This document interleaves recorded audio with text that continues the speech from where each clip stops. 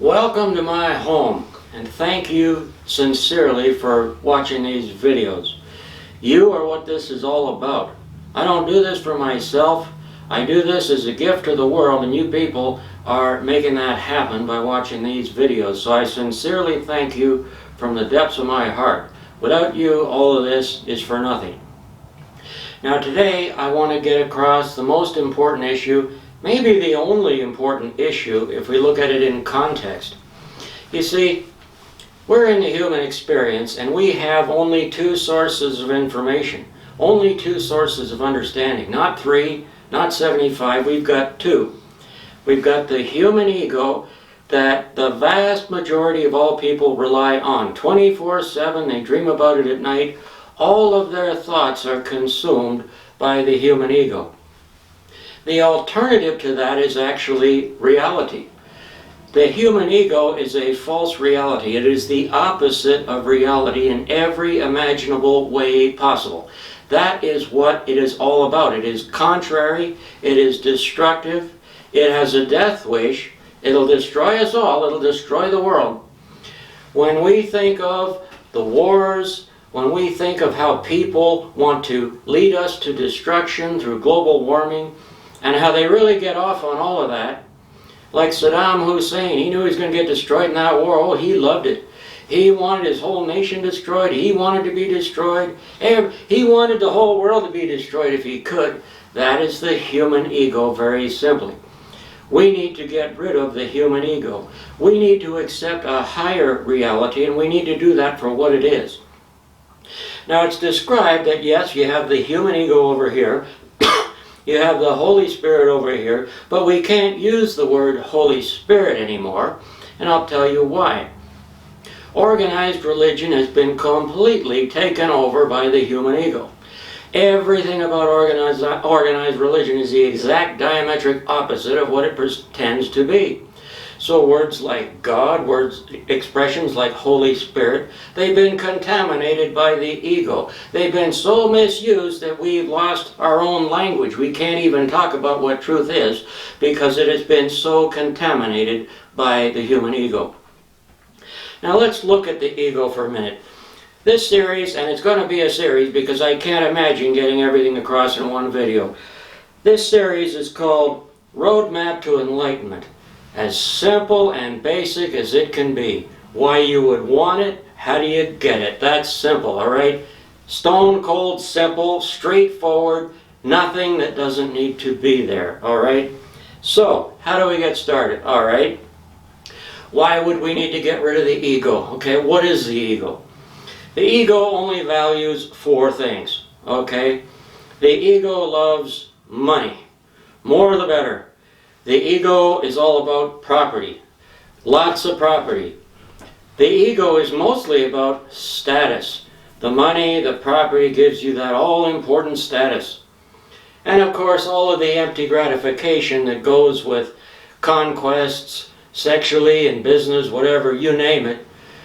The ego, what it wants to do ultimately is to diminish everybody around you. This elevates the self in the view of the ego. Whether you get a promotion at work or you cause your best friend to get fired, this is of equal value. Because if he gets fired, he's now down here. That makes the ego feel good. If you get a promotion, that puts you up here. He remains stagnant, and that feels good.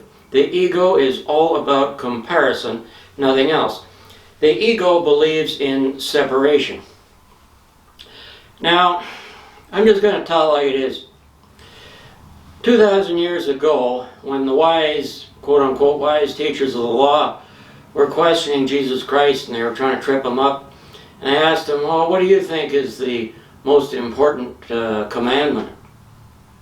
Well, instead of simply answering the question, he summed up all commandments, all religion, all philosophy, all higher thought, you name it. And he said it like this. He said, to answer your question, love the Lord your God with all your heart, all your soul, all your strength, all your mind, and love your neighbor as yourself. Well, they were shocked by that. Now, when he said love your neighbor as yourself, he could have said, love your neighbor as yourself because your neighbor is yourself. All right? Now, they wouldn't have been sophisticated enough to understand that. In fact, they couldn't really grasp what he did say. Yes, they were impressed. They didn't ask him any more questions. He was too smart for them. That's true. But the fact remains, if you love God with all that you are, and you love your neighbor as yourself because your neighbor is yourself, then you are now thinking with a mindset of enlightenment. Okay? If I see somebody doing something good, I'll be glad that I did that. If I see somebody doing something stupid, I'll wonder why I did that. Because that person is me. All right? This helps to explain enlightenment. I'm putting the context out there. Now, if all you love, if your only values in life, if all you love are money, property, status, and empty gratification, well, you don't really love your kids. You value them for what they do for you in the form of status. You know, my kid's better than your kid, that sort of thing. My wife's prettier than your wife. My girlfriend's prettier than your girlfriend. All of that stuff is status related. If you can only value those four things, if you're willing to sacrifice all relationships, if you're willing to become a liar, a cheat, a thief, a swindler, because it helps you to get these four things, can you see how that is leading you downward towards destruction? If you think of going out in a blaze of glory that destroys you and all the people around you, and you see that as good, then you're thinking in terms of the human ego. Maybe Donald Trump would like to have a war with 25 different countries, have burned down the world in nuclear war. My God, that'd be the greatest catharsis he ever had in his life, probably. Do you think that way? Because if you do, then you're thinking in terms of the human ego. If you're thinking in terms of, I want to make global warming as bad as it can. I want the poor to suffer. I want them to be way down here. We can have all the flooding in the world. I'll still have my castle on the top of a mountain. And I'll be that much higher than everybody else. That's what the ego wants. That's how the ego thinks. The ego is about its own destruction and everybody else's destruction. Now, can you see how that is contrary to your best interest? Now, before you start thinking the situation is hopeless, here's the objective. What we need to do is we need to get 1% of the world to accept enlightenment. And I'm going to tell you why. And I'm going to give you a scientific explanation that has nothing to do with spirituality. It's pure science. Now, if you take a community of 10,000 people, all right, and you insert 100 people of enlightened mind who will meditate and concentrate on positive things and good things, and this has been done. It's been done by universities. What you have now done is you've taken this community and you now have adjusted it so that 1% of the population has enlightenment. At this point, you see a dramatic reduction in the crime rate. You see a dramatic adjustment in how people are relating to each other, and you see a transformation of that community. When you withdraw the 100 people, the community reverts back to what it was before. Now, they have tried this with 0.5% of the population. They have tried this with 0.8% of the population to no effect at all. They have tried it with 2% of the population to see if it would increase the positive effect, and it did not. So 1% is the tipping point. This has been established repeatedly by science. You can conduct the same experiment, have 10 people, one of them, have 9 people real bad that you know, have one person, put them in, isolate them, have that one person be positive and meditate, and see how those 9 people adjust. This is strictly science. It's really not spirituality. I could look at it in a spiritual context, but for your sake, I want to look at it strictly on a scientific basis so that you will understand the difference between ego and the Holy Spirit. Now, the Holy Spirit is inviting us back into reality. Reality is enlightenment. If you can be mindful, okay, if you're not living in the past, which will make you very upset. If you're living in the past, you'll be depressed. You'll remember all these people that hurt you. If you think of the future, you'll be afraid. You'll think of all these people that are going to hurt you, and they probably will. But if you're living in the present, There's nobody hurting you. In fact, there's no pain at all. Living in the present is living in reality. Living in reality is having enlightenment. I'm inviting you to live in reality. You can call it enlightenment, you can call it whatever you want. You can invent your own name for it. But living in reality is the only chance this world is ever going to have. And you have to make that happen because there is nobody else. If we don't get 1% of the population on board, all is lost. We will see global warming continue. Instead of the United States bombing 7 nations that have never attacked them, they'll be bombing 17 nations, including Iran, Venezuela, North Korea, and why not go nuclear? If you're only thinking in terms of the ego, you might as well have a nuclear war. I mean, why not? It's all good. But if you're living in reality, if you have enlightenment, that changes everything, okay? The ego wants to diminish others, believing that that elevates the self. Enlightenment teaches us that by being loving and kind and elevating others, we elevate ourselves more than we ever could any other way. And we know it's true because it is.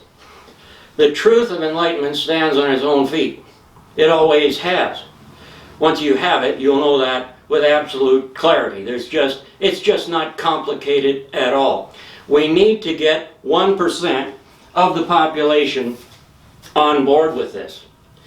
Now, you heard Donald Trump say, the world is not a global village, it's an arena for competition. Okay, what a perfect example of the difference between enlightenment and ego. To the ego, the world is an arena. Your children are competitors, your spouse is a competitor, your friends are competitors, everybody else as well, they're all competitors. Destroy them all and elevate yourself. That's the ego, that's the arena. That's what he's talking about. Destroying everything else elevates you. Now, in your rational mind, you probably know that's true, but at the same time, you are thoroughly and absolutely devoted to the ego 24/7. On your wedding day, you're thinking of your status. Look at me, everybody's looking at me, I'm the center of attention. Oh, all the money we spent, my God, my status has never been higher, okay? Ego is always there. We dream about it at night. You see, oh, if I had that, imagine how people would look at me. Oh, there's a new restaurant. If I was there, I'd be seen there. People would be looking at me. Imagine what that would do for my status. Okay, as stupid as that sounds, it's what people do 24/7. They're always thinking about that. They're always thinking about their money, their property, their status, because that's what they see as giving them the empty gratification. And that empty gratification is pretty much the only thing they've ever wanted, because that's the only thing the ego truly wants. I'm guessing that if you're watching this video, you really don't want to be about the human ego, all right? Now, there are many ways to get rid of it, and I'm going to discuss all of the best ways to do that. I just want to get the idea across. Now, most of the people we know, we could spend the rest of our lives trying to persuade them of the value of enlightenment to no avail. They're not going to accept it. But the fact that we only need to get 1%, okay? Think of the best person you've ever known in your life. Is that person capable of understanding and accepting reality for what it is? Of being an enlightened person? Well, of course that person is. Male or female, of course that person is. And maybe you're that person. If you do it first, the ripple effect goes out. If you do it, 6 or 7 other people will do it. This is not an unattainable goal. We can get 1% of the population on board. We can save the world. And there is no other way to do it. There is no other way to do it. So I want to share that with you. My name is Scott McGurn, and thank you for your time.